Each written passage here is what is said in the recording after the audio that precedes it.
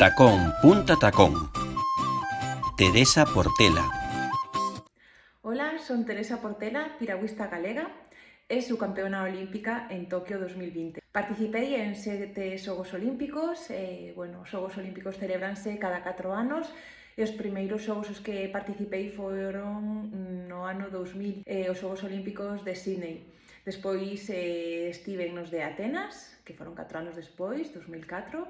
No 2008 estuve nos Xogos Olímpicos de Pequín, no 2012 nos Xogos Olímpicos de Londres, 2016 nos Xogos de Río de Xaneiro e 2020, que se pospuso pola pandemia, foron no 2021 en Tokio, e 2024 nos Xogos Olímpicos de París. O mellor recordo que teño deportivamente pois foron nos Xogos de Tokio, onde conseguín pois a medalla olímpica, non? Conseguín a prata competindo no K1 200 metros, que é unha proba pois individual sobre a distancia 200 metros. Ese a nivel deportivo pois foi o logro que máis valoro.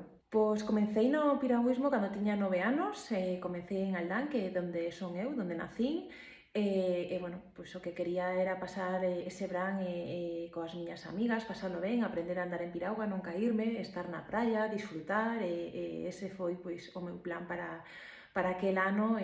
O que non sabía pois era que iba a disfrutar moitísimo e que seguiría ese inverno, cada verán e cada inverno de moitos anos. Eu adestro normalmente no Centro Galego de Tenificación de Pontevedra. Ali pois teño unhas instalacións increíbles nas que podo pois prepararme tanto no gimnasio para conseguir forza muscular, tanto no río para facer kilómetros, e preto dese centro pois hai un embalse en Pontillón do Castro, que é onde tamén adestro pois moitísimos meses pois de cara aos Xogos Olímpicos, pero tamén para os Campeonatos do Mundo e Campeonatos de Europa. Aficións, a verdade é que o deporte tampouco é que me deixe moito tempo libre, pero sí que é verdade que gústame pois ler.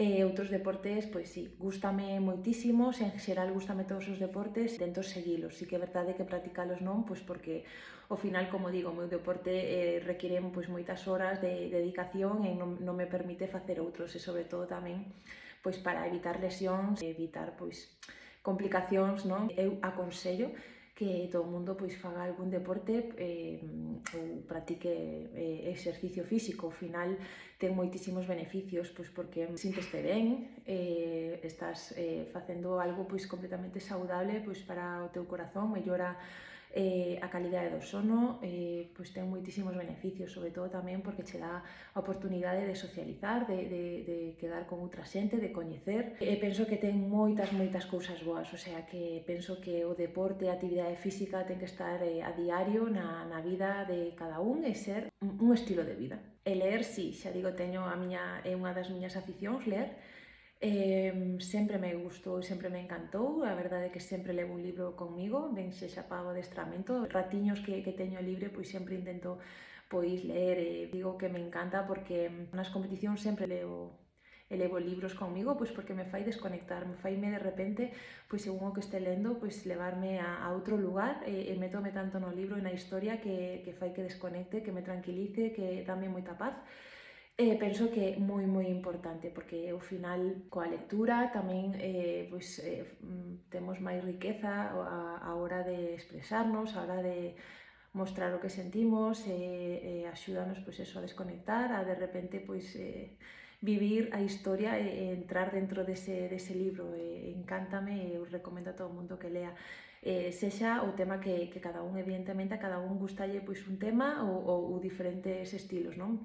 A min gustame pois desde as biografías ata as novelas, leo moi variado e de todo. Galicia para mí é casa, fogar, tranquilidade, maravilla.